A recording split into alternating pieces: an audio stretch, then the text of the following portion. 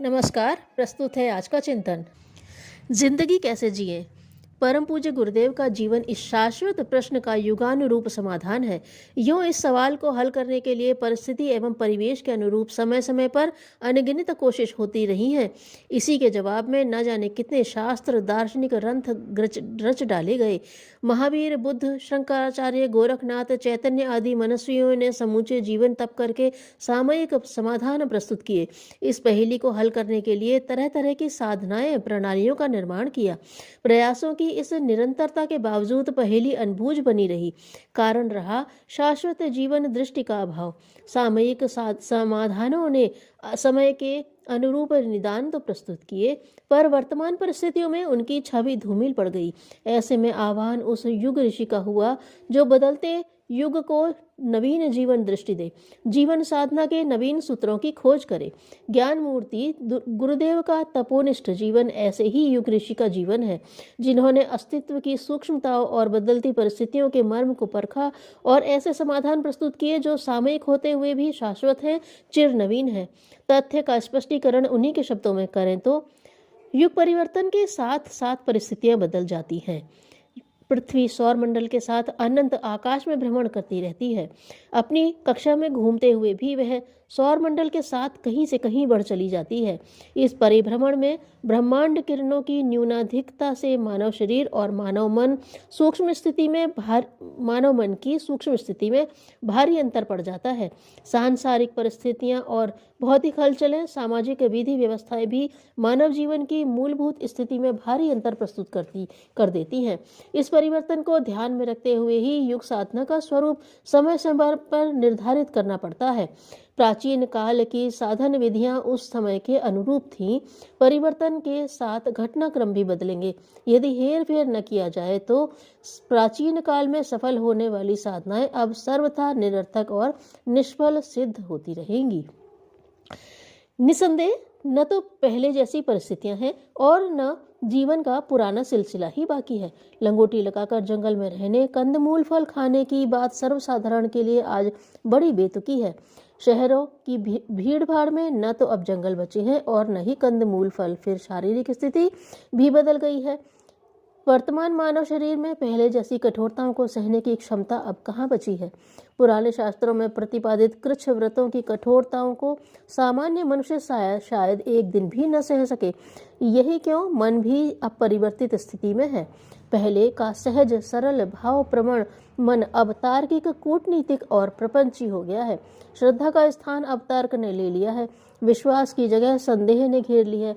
बदली हुई परिस्थितियों में न केवल जीवन का स्वरूप बदला है, बल्कि उसकी व्यापकता भी बढ़ी है। अब जीवन का दायरा सिर्फ शरीर, प्राण और अल्प विकसित मन तक ही सिमटा सिकुड़ा नहीं है। परिपक्व मन और विकसित बुद्धि भी इसमें समा चुकी है। ऐसे में प्राचीन साधना सूत्रों का औचित्यहीन और एकांगी लगना स्वाभाविक ही है। पहले की साधना सूत्रों पर विचार करें तो यही पाते हैं कि वर्तमान में इनका प्रयोग खंडित जीवन जीने का उपक्रम भर होगा। तत्कालीन समय में जिंदगी छोटे से दायरे में कसी बंधी होने के कारण ये सूत्र जरूर अपना औचित्य सिद्ध करते रहे होंगे, पर आज की स्थिति में यह संभव नहीं है। उदाहरण के लिए गोरखनाथ की हठयोग पद्धति को ही ले लें। शरीर और प्राण को सबल बनाने और इसको आधार बनाकर आत्म जागरण करने में निश्चित ही यह पद्धति समर्थ है, लेकिन आज की परिस्थिति में रहने वाले शहरी नागरिक इसे अपनी जीवन साधना की प्रणाली नहीं बना सकते। चित्र विचित्र शारीरिक व्यायामों, जटिल प्राणायामों को सहन करने लायक न तो उनका शरीर है और न ही समर्थ प्राण। ऐसे में इसकी सार्वभौमिक उपादेयता पर प्रश्न चिन्ह लगना स्वाभाविक है। यही दशा महावीर, बुद्ध, शंकराचार्य द्वारा प्रतिपादित जीवन सूत्रों की है। ऐसा नहीं है कि सभी साधना प्रणालियां निर्मूल्य और सारहीन हैं। आज के युग में भी इनके मूल्य और महत्व से इनकार नहीं किया जा सकता। इनमें से प्रत्येक में बेशकीमती और बहुमूल्य रत्न भंडार छिपे हैं, पर वर्तमान स्थिति में इनका उपयोग किस तरह से हो यह विचारणीय है। इस बिंदु पर चिंतन करने से यह मिलता है कि समस्त साधना प्रणालियां शरीर, प्राण और मन में किसी न किसी एक पर आश्रित अवलंबित है। जो प्रणाली जिसको अपना आधार बनाकर चलती है उसका विकास और उत्कर्ष तो पर्याप्त होता है, लेकिन अस्तित्व के अन्य अंग अछूते रह जाते हैं।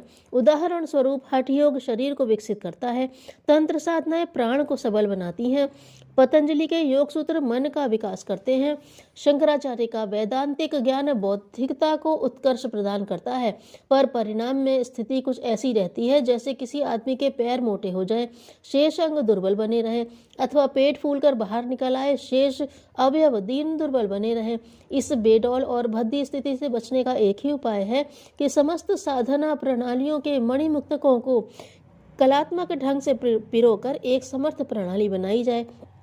ऐसी प्रणाली जो युगानुरूप हो और सर्वजनीन भी, जिसे जीवन के हर क्षेत्र में संसार के हर देश के लोग सरलता पूर्वक अपना सकें, थोड़े ही प्रयासों में लाभान्वित हो सकें, आत्मिक उत्कर्ष पा सकें।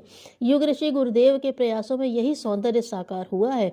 उन्होंने साधना और जीवन क्रम दोनों को एक दूसरे का पर्याय माना है।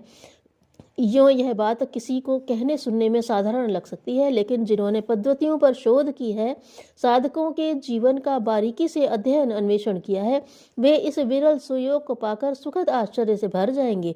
अब तक के आध्यात्मिक इतिहास में जीवन और साधना दो विरोधी ध्रुवों पर स्थित रहे हैं। अपने अस्तित्व की शुरुआत से ही मानव समाज यह धारणा संजोए रहा है, जिसे साधना करनी हो उसे जीवन का त्याग करना पड़ेगा, जिसे जीवन का मोह है उसे साधना का लाभ नहीं मिलेगा। ईसाई, मुस्लिम, बौद्ध, पारसी, यहूदी, जैन सभी जगह इस धारणा को बद्ध मूल होते अनुभव किया जा सकता है कि जो साधक है उसे जीवन से क्या लेना देना, उसे सन्यासी हो जाना चाहिए, और जिसे जीवन से प्रेम है उसे साधना का क्या करना। गुरुदेव ने मानव इतिहास में पहली बार जीवन और साधना में एकात्म स्थापित किया। उन्होंने कहा, क्या वस्तुतः जीवन ऐसा ही है जिसे रोते खींचते किसी प्रकार पूरा किया जाना है? इसके उत्तर में इतना ही कहा जा सकता है कि अनाड़ी हाथों में पड़कर हीरा भी उपेक्षित होता है, तो बहुमूल्य मनुष्य भी क्यों न भार बनकर लदा रहे। यदि उसे कलाकार की प्रतिभा से संभाला संजोया जाए तो निश्चित ही उसे स्वर्गीय परिस्थितियों से भरा पूरा जीवन जिया जा सकता है। साधना जीवन जीने की कला है। जिंदगी किस तरह जिए? गुरुदेव के चिंतन कोश में इसका उत्तर है, जीवन जीने की कला सीखकर। दूसरे शब्दों में साधना करके उन्होंने मनुष्यत्व का एक अर्थ साधना भी माना। हो भी क्यों ना, पश्चिमी विचारक नीत्शे ने एक स्थान पर कहा है कि आदमी एक सेतु है, मैन इज अ ब्रिज। एक ओर पशुता, दूसरी ओर देवत्व। या तो पशु हो जाए तो सुख पाले, क्षणिक इंद्रिय तृप्ति में स्वयं को गंवा डाले, अथवा परमात्मा हो जाए तो आनंद को पाले। परमात्मा हो जाने के लिए, आनंद को पाने के लिए अनिवार्य है साधना। यदि साधना की समर्थता नहीं होगी तो मनुष्यत्व भी बचा नहीं रहेगा, फिर तो पशुता में गिरना अनिवार्य है। यही कारण है कि साधना विहीन जीवन आसानी से पशुता की ओर खींच जाता है। दुनिया में शराब और सेक्स का आकर्षण और किसी कारण नहीं है। शराब हमें वापस पशु में पहुंचा देने की सुविधा बन जाती है। नशा करके हम वहीं जाते हैं जहां सभी पशु हैं। सेक्स में भी थोड़ा सुख मिलता है, पशु में वापस उतर आते हैं। यही कारण है कि दुनिया की किसी भी साधन में इन दोनों का विरोध किया गया है। विरोध का अर्थ है पशु होने की मनाही, परंतु विरोध और मनाही करने पर भर से काम नहीं चलेगा। आवश्यक है सर्वांगीण साधना पद्धति का निर्माण, जिसे मनुष्य मात्र बिना किसी हिचकिचाहट के अपना सके और स्वयं के मनुष्यत्व को देवत्व में बदल सके। पूज्य गुरुदेव ने इसके तत्व दर्शन को साधना, उपासना, आराधना की त्रिवेणी में संजोया है। कारण शरीर को विकसित करने के लिए उपासना, सूक्ष्म शरीर को विकास हेतु साधना और स्थूल शरीर की सबलता के लिए आराधना की तकनीक सुझाई है। इसे शरीर, प्राण और मन अर्थात कर्म, भाव और चिंतन को परिष्कृत करने, विकसित करने की पद्धति भी कह सकते हैं। उपासना को भक्ति योग, साधना को ज्ञान योग और आराधना को कर्म योग की संज्ञा भी दी जा सकती है। इसे यूँ भी कह सकते हैं, आराधना व्यवहार के उत्कर्ष की प्रणाली है, साधना चिंतन के उत्कर्ष की विधि है और उपासना से चरित्र उदात्त बनता है। उपासना के प्रथम चरण में जहाँ कृत्यों के साथ जुड़े भावनात्मक संकल्पों की प्रधान भूमिका है, वहाँ आत्मबोध तत्वबोध की साधना से चिंतन मनन का प्राधान्य है। आराधना में कर्म के माध्यम से विराट पुरुष से एकात्मता का भाव है। इन तीनों उपक्रमों को समान महत्व देते हुए नियमित रूप से भावना पूर्वक संपन्न करने से उन विभूतियों का प्रत्यक्ष रसास्वादन होने लगता है जो साधना मार्ग पर सही रूप से संकल्प पूर्वक चलने वाले को मिलना चाहिए। दुष्टों को सहयोग समर्थन भयवश मिलते हैं, भावनावश नहीं। महानता के पथ पर चलने वाले अभावग्रस्त दिखते भर हैं, होते नहीं। धन्यवाद।